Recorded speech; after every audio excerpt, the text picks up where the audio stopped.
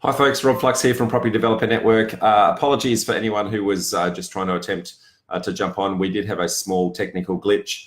I appear to be having a similar technical glitch here now as well, so I'm not 100% sure if we are truly live, but I'm going to keep talking anyway on the off chance. What I'm not seeing is any interaction back from Facebook through to me, so it could be me just talking to myself for an hour here all by myself with nobody interacting.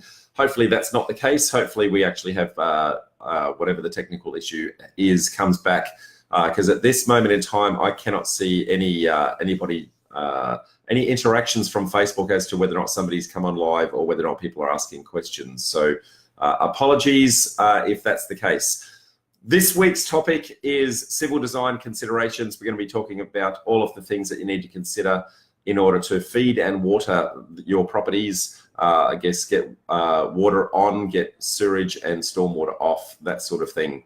But before we do, I wanted to, have a big shout out to Melbourne. Yesterday we had our very first meetup in Melbourne and quite a success, huge number of people turning out. So thank you very much for all the support and feedback in that regard, and for all of you who hung around afterwards for social drinks afterwards, as is traditional the case with us at Property Developer Network. I guess extending the networking to be truly networking and not just a handshake and a card swap at the halftime break. So thank you very much. I want to, I guess while we're talking about that Melbourne meetup, I wanted to put a couple of thank yous out there to a couple of people in particular. So I wanted to thank Melanie Ellis from Change of Plan. She was our first industry expert.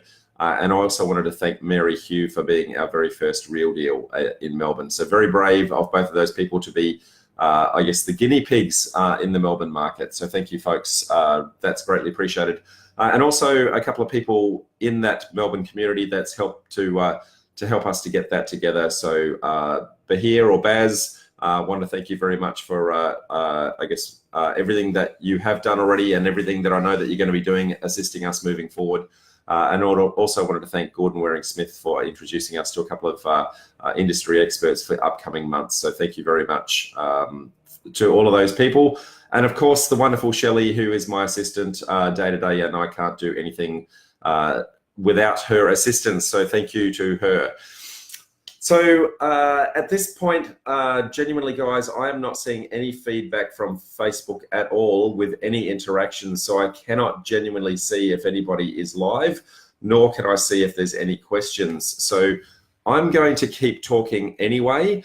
So I apologize in advance if I don't answer any questions that do come through. Not sure what is happening with Facebook.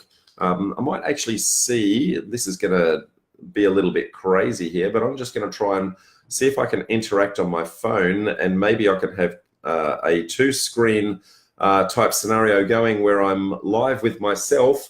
Maybe I can see my interactions from there. So let's see if that's even humanly possible. Please hold while I work that out.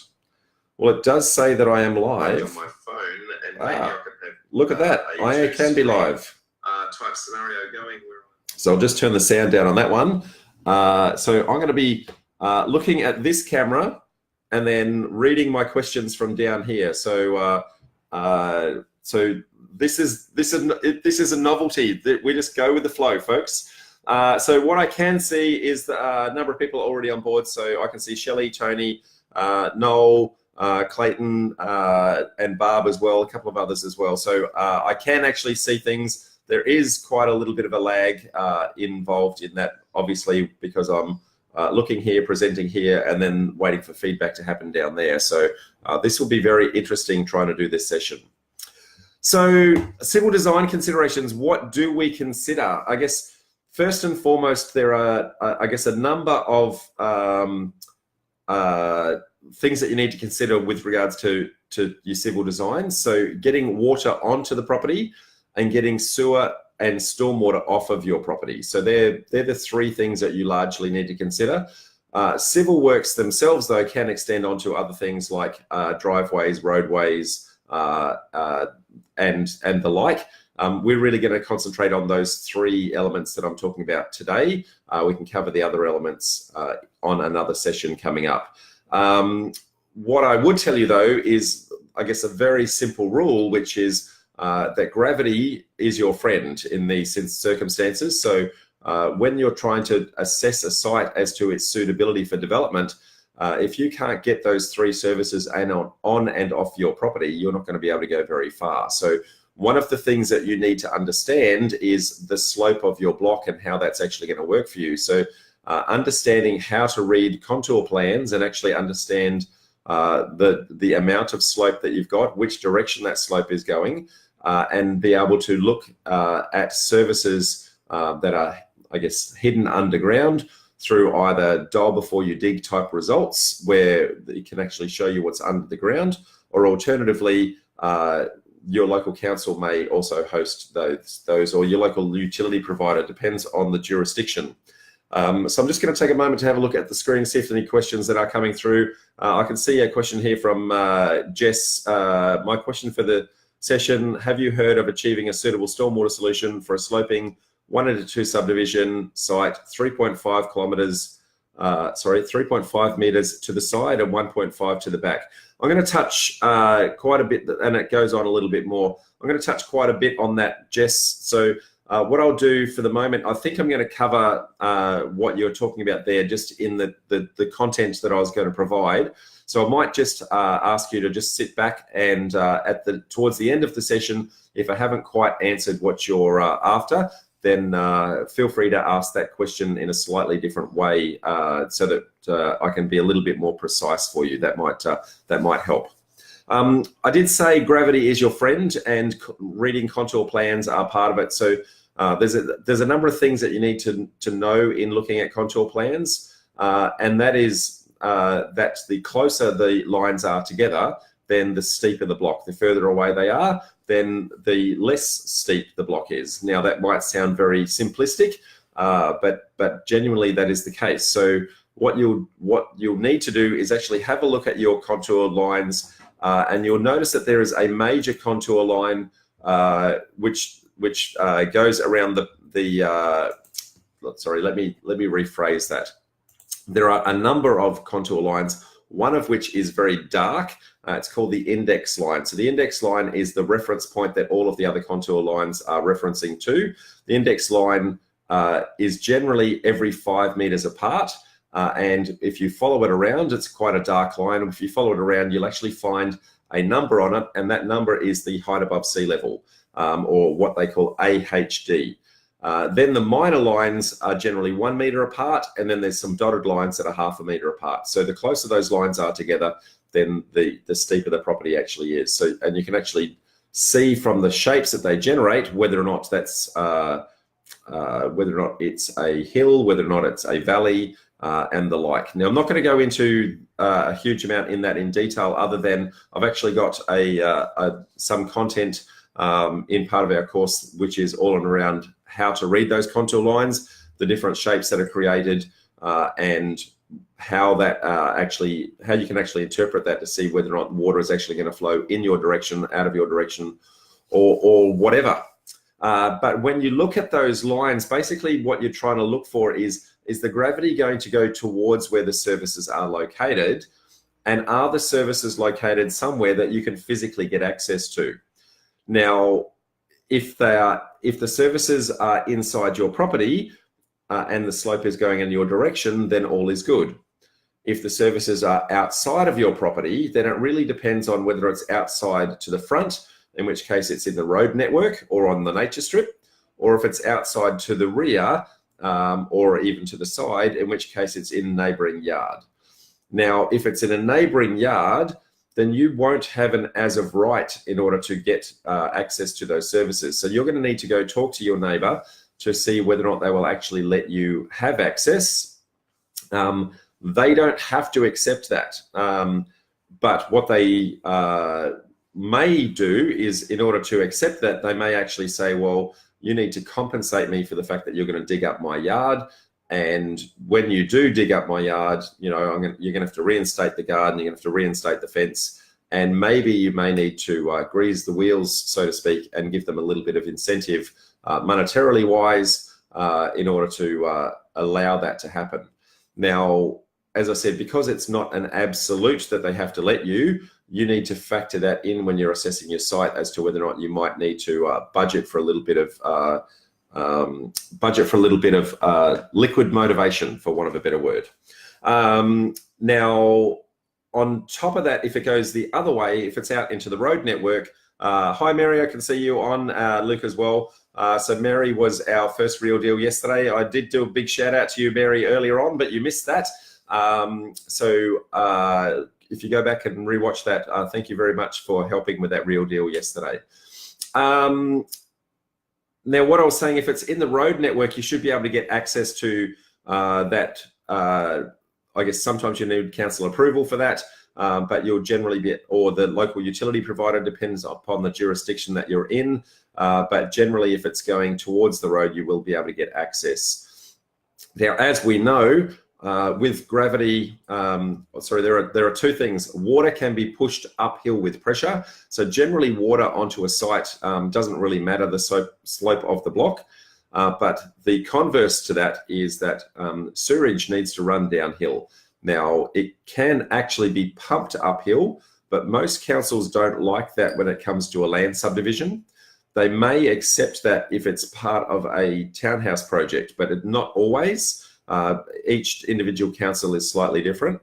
And the reason why they treat those two circumstances differently is with a house, they're worried that an individual may, at some point in the future, if that pump actually fails, they're worried that the individual may not have the budget to actually resolve that. And then I guess the effluent will continue to go downhill.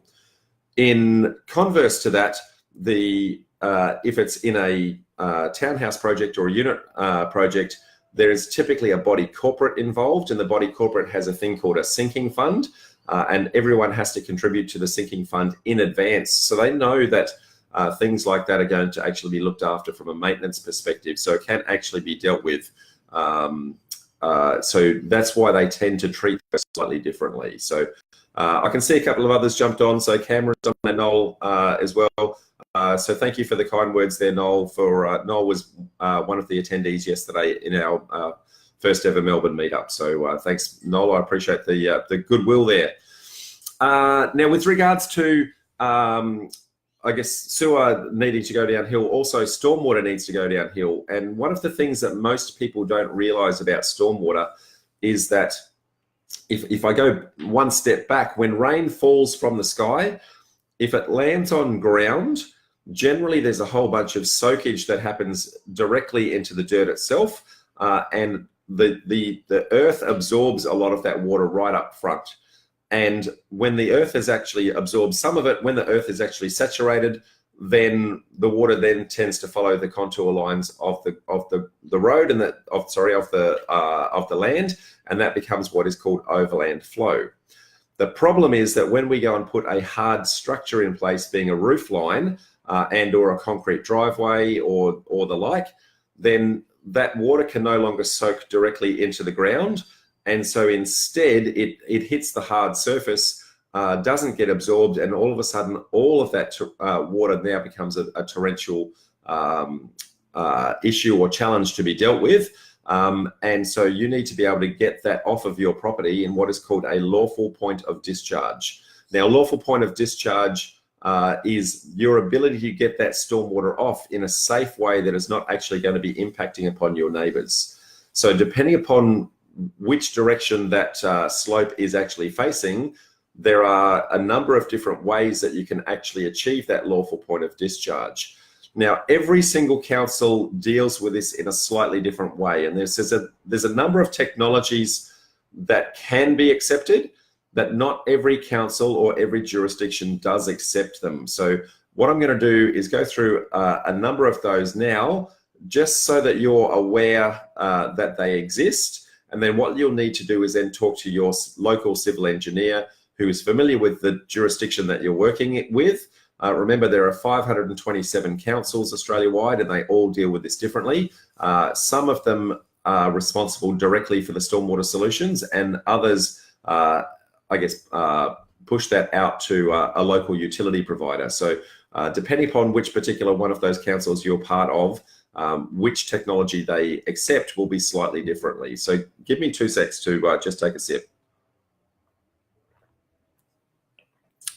So what are some of those technologies? So firstly, I guess before going into what some of those technologies are, you need to consider whether or not, as a person doing the subdivision, whether or not you're the person at the top of the hill and your slope is going to the rear, which may impact somebody below you.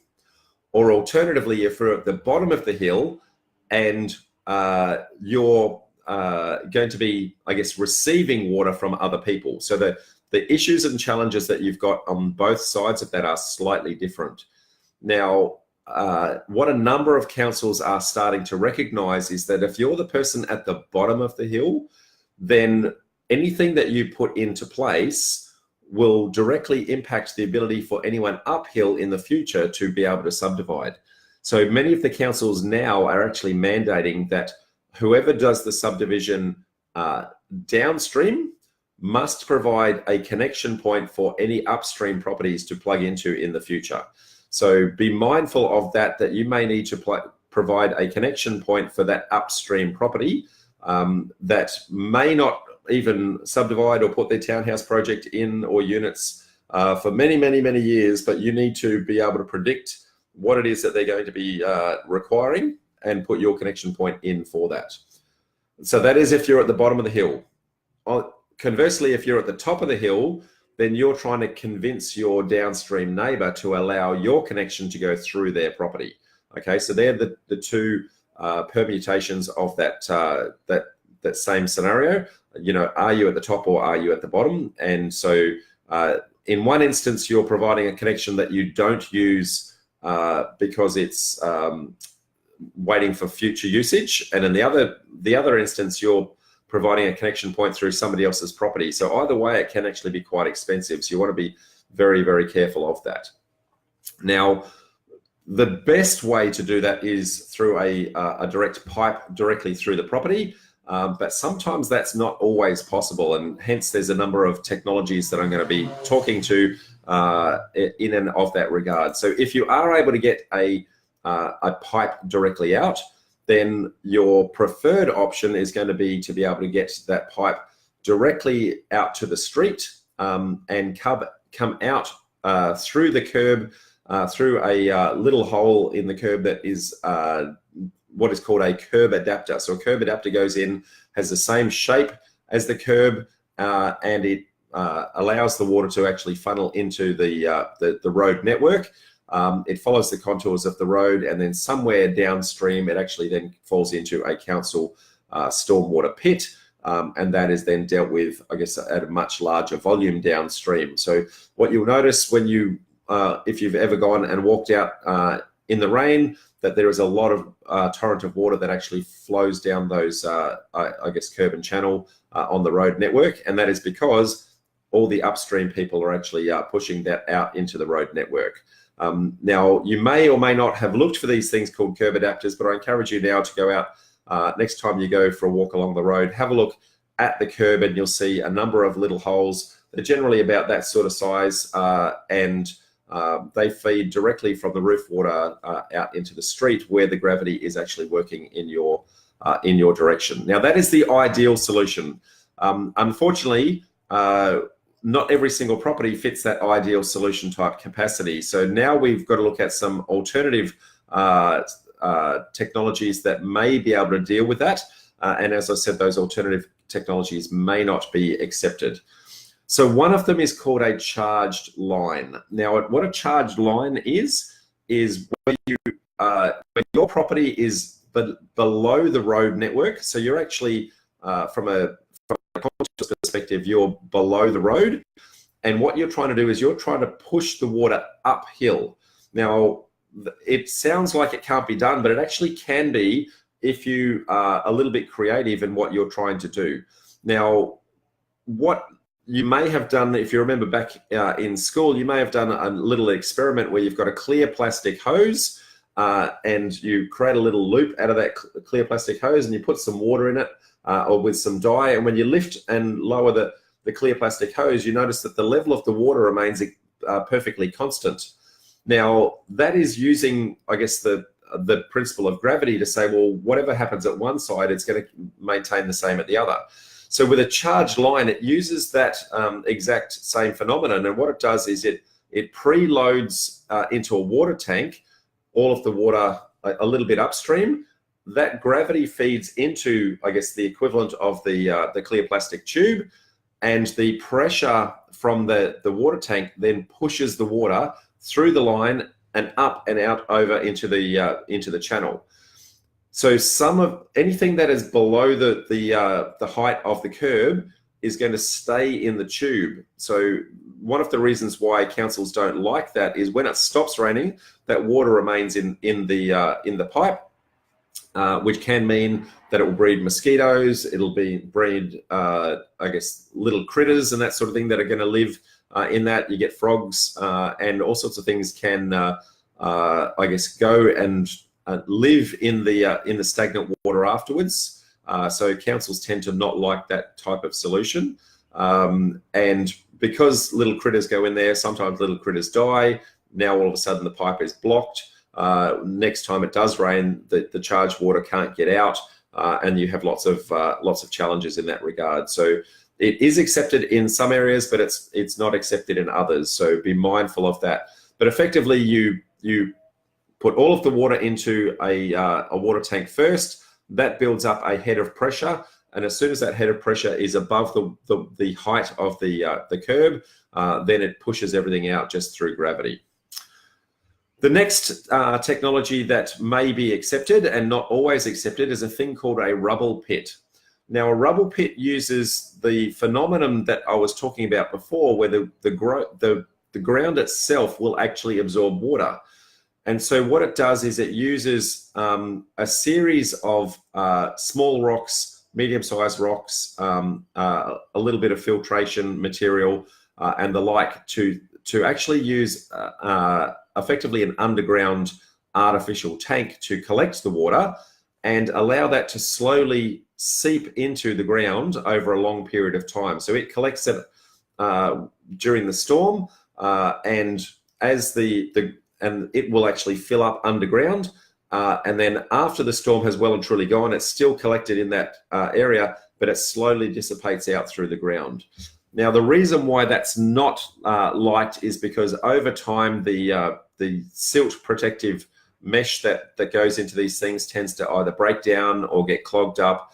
And so they tend to get to a point where they'll actually start to overflow. And in a torrential rain, they can actually fill up very quickly. And then when they're at capacity, they can no longer take any more, and they will still spill over and can potentially impact downstream neighbours. So that's something that that many councils used to accept and have now started to move away from.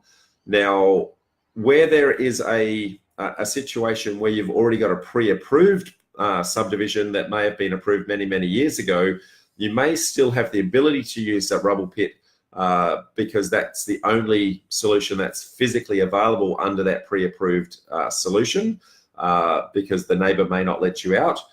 So it is possible that you may be able to use it for those pre-approved ones, but if you went to do a brand new development approval or permit, then it could be that council won't accept that as a workable solution for any new approvals. So be mindful that that may be the case. So that is definitely the case where I'm based, which is in Brisbane. Rubble pits are not accepted as part of any new subdivisions. However, if you have a existing property that is already on its own lot, you can use a rubble pit in order to create a no worsening effect to any neighbour when you're building any new house.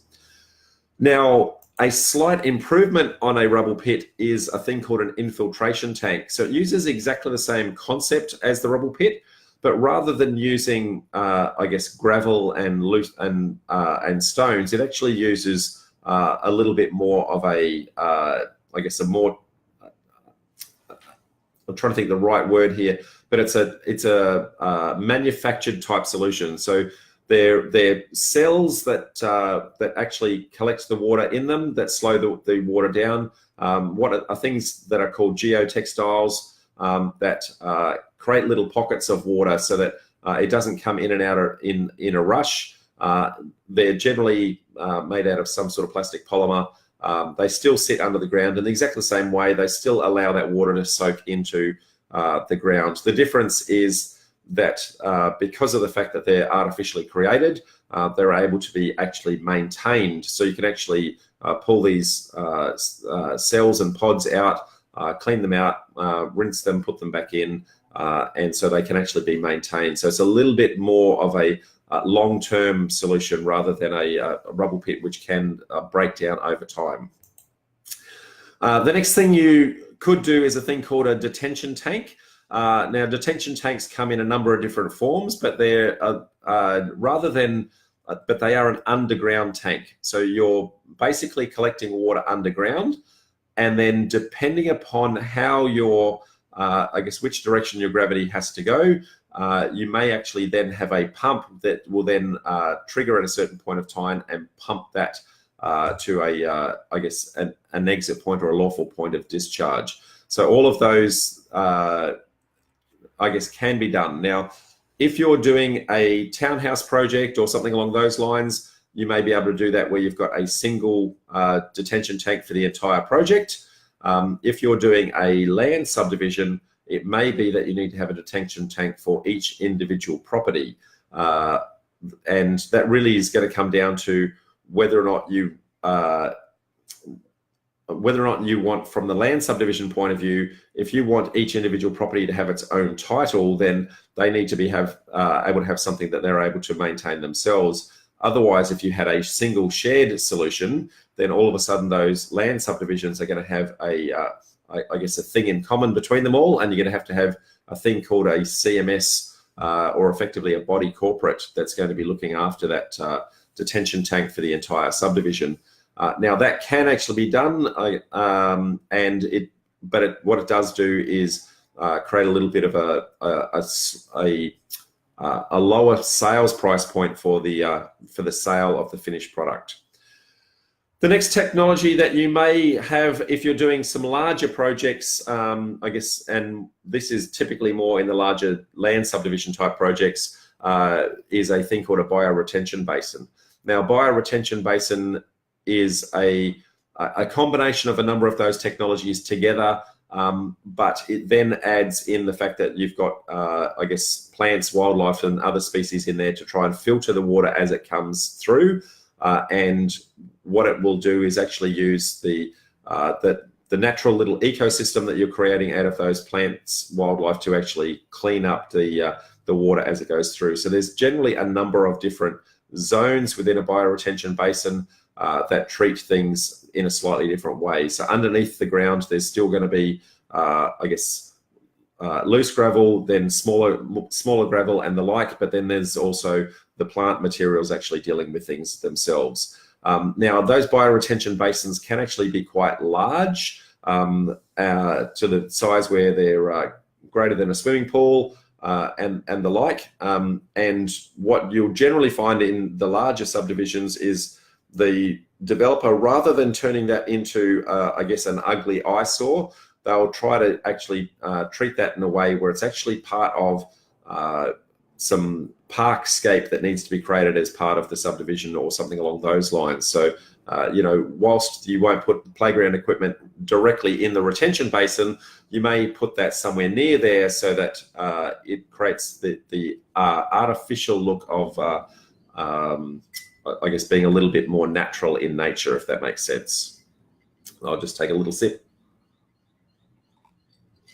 Our throat is quite sore, folks. I've had quite a large week of multiple speeches along the way. Now, I'm just going to look at any questions that have come through here. I can see Jess has got a second question. Only if time permits, the best way to ask permission for stormwater drain. So whether it's stormwater or sewerage, Jess, what I would say is, and what has been very successful for me, is when I go and knock on the neighbour's door, I turn up with a bottle of red and I turn up with a bottle of white, and I say, "Hi, I'm your new neighbour. Don't know what you drink, but wanted to get to know you." And if you start your conversation like that, hopefully the conversation gets to a point where they're opening one of the two, you get to have a little bit of a chat.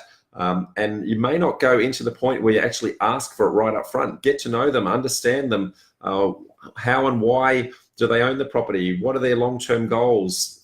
Find a way that you can actually fill a need that they require.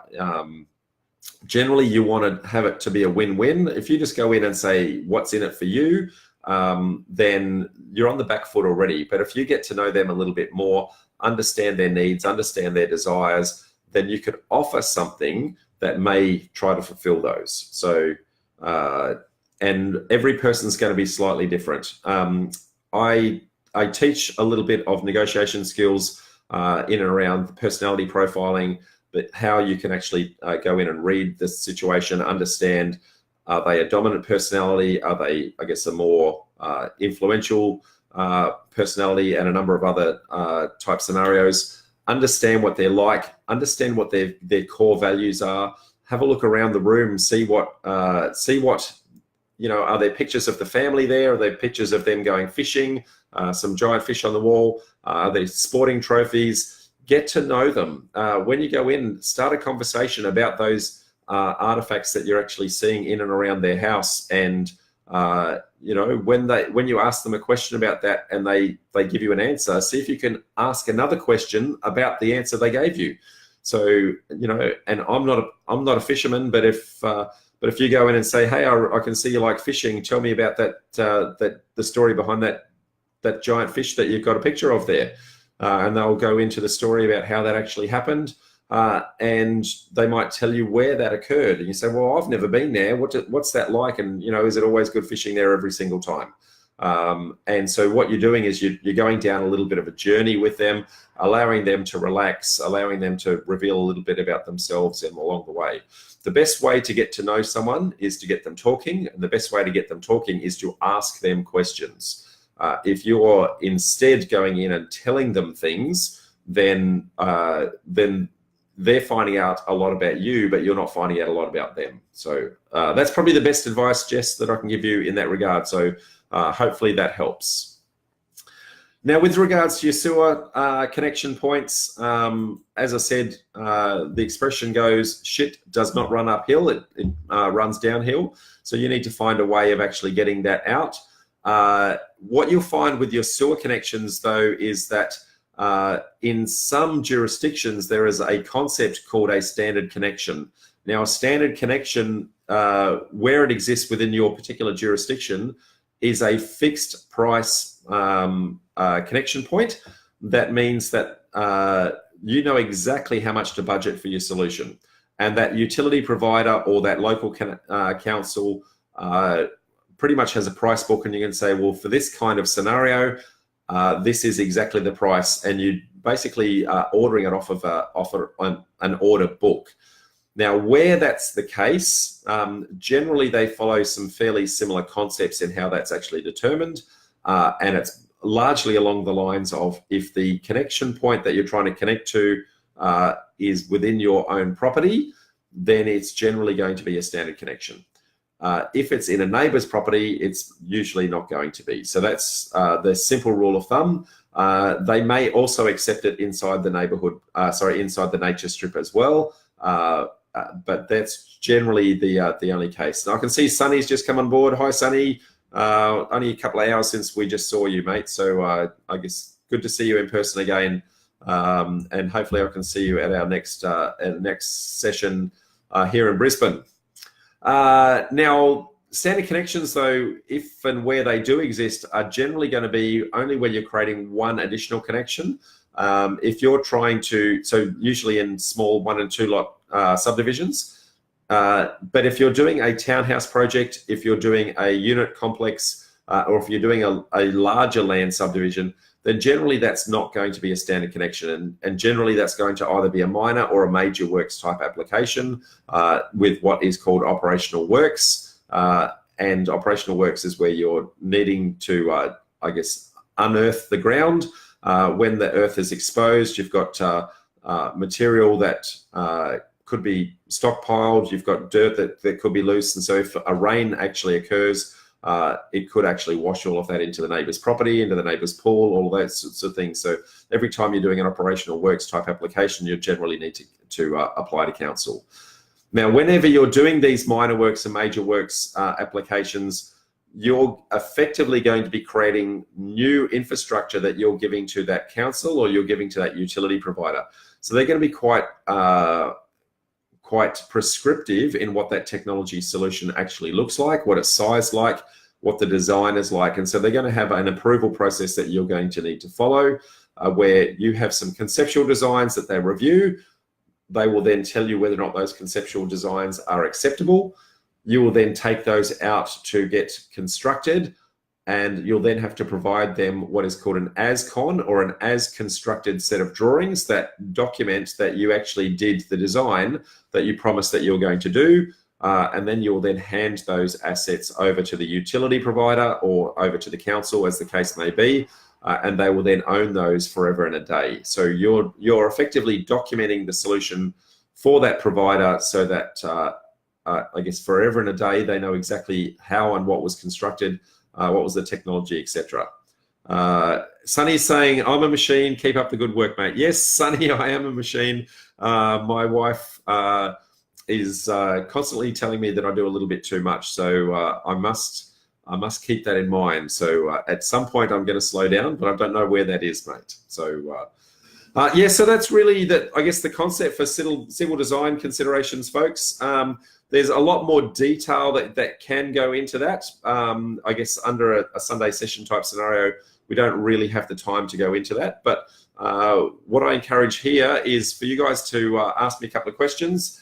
As I said before, because of the fact that I've got this little glitch going on here with Facebook, I'm having to watch, I'm looking into my computer screen for the camera, but at the same time, I'm having to read the questions on my mobile phone. So there's a little bit of a lag normally with these Facebook Lives, but now there's even a super lag. So apologies in advance for that. So Brenda, I can see you've just come on. We're coming to the end of the session. So I guess we're 40 odd minutes in, but you can go back and re-watch this live. But if you've got any questions at all with regards to the topic of the day being civil design considerations, then encourage you to ask a question right now. So Noel says, do you find you're able to negotiate with council their conditions on a DA regarding stormwater requirements if you want an alternative system?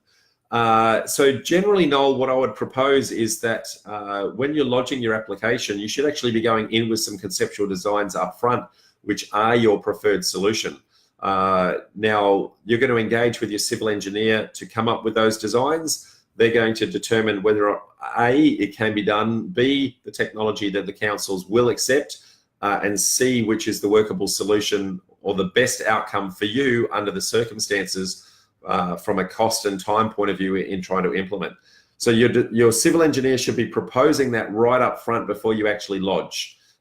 If you lodge that, then council is then going to either endorse your preferred solution, which you led with, or they'll provide an alternate solution. And when they do provide an alternate solution, there is the opportunity to go back and renegotiate. But if you've proposed a good solution up front, then hopefully they never need to. Now, you always want to try and avoid the fact that you need to get to any negotiation process. Every jurisdiction deals with it slightly differently. I know that where you are in Victoria, VCAT, that process is quite slow and quite cumbersome. And so that's something that you really want to try and avoid if you can. So my advice would be get your solution done well and upfront, and in a way that you're fairly confident your council is actually going to accept. So hopefully that helps with that one. Any other questions, folks?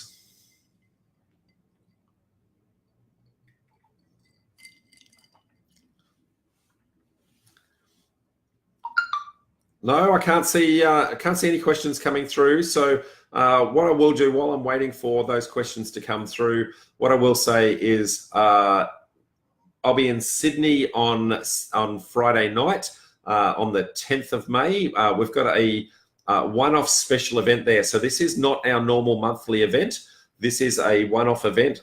We've got a gentleman by the name of Michael Lucidi from New South Wales Planning and Environment, who's going to come and talk to us about the Complying Development Code legislation, which is being implemented on the 1st of July.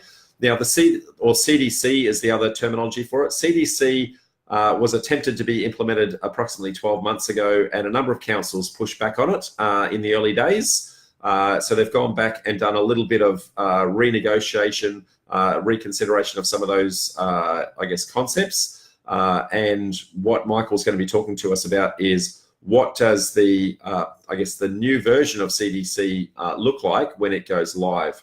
So if you're doing anything in and around New South Wales, I would highly encourage you to come to this. The Complying Development Codes are something being state-based government legislation. They overrule local council jurisdiction. So if you can find something that is a complying development, it means that you're applying to state government rather than local government, which means it's one set of rules for the entire state, which is fantastic where that occurs. Now, if you are not able to get a complying development, then you need to go through the normal development application process. But at least you've got a fast track type solution, and that is the New South Wales version of that fast track solution. So if you are in New South Wales, I highly encourage you. It is a Friday night. It's 9 p.m. on Friday night. So I guess not the best time to be talking property. Sorry, 7 p.m. I should say, my mistake, 7 till 9. But at the same time, being a Friday night, we might as well make the most of it and I guess make a bit of a social event of it. So anyone in Sydney or in New South Wales, I highly encourage that. I can see Jess has got a thing here, negotiating on Department of Housing listings, off topic, apologies. Oh, okay, so if you're negotiating with the Department of Housing, that's a challenging one. Being a government department, they're going to have a whole bunch of, I guess, red tape that you need to try and comply with.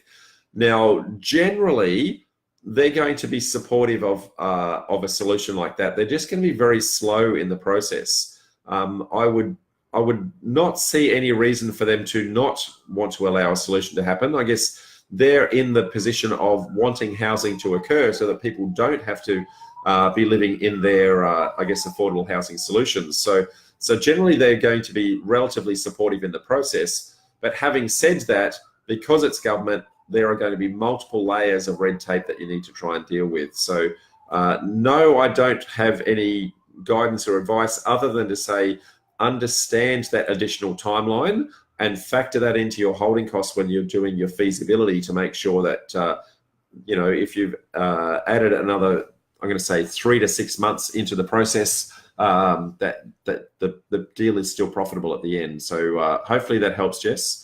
And Noel says, thank you. So you're welcome, mate. Well, folks, as I can't see any other questions coming through, I'm going to call that a wrap. So thank you all for, I guess, your attendance today. Thank you once again for everybody in Melbourne. Really loved being down there for our very first time. We're going to be down there every single month now, the first Saturday of every month. So that's now the first Saturday of every month for Melbourne, the third Saturday of every month for Brisbane, the fourth Saturday of every month for Sydney, and for my wife, it's the second Saturday of every month is all she gets me for. So so I guess for all of you, thank you for your support and encouragement in allowing us to actually expand, I guess, all of the way down the Eastern Seaboard. That's greatly appreciated. No worries. Thank you, Jess. I appreciate that. And for the thanks there. So I'm going to call that a wrap. So thank you very much, folks. And hopefully I'll get to the bottom of what this little Facebook glitch is that we had in the process. And next time I won't have to have the dual screen situation going on. So until then, guys, catch you next time. Bye.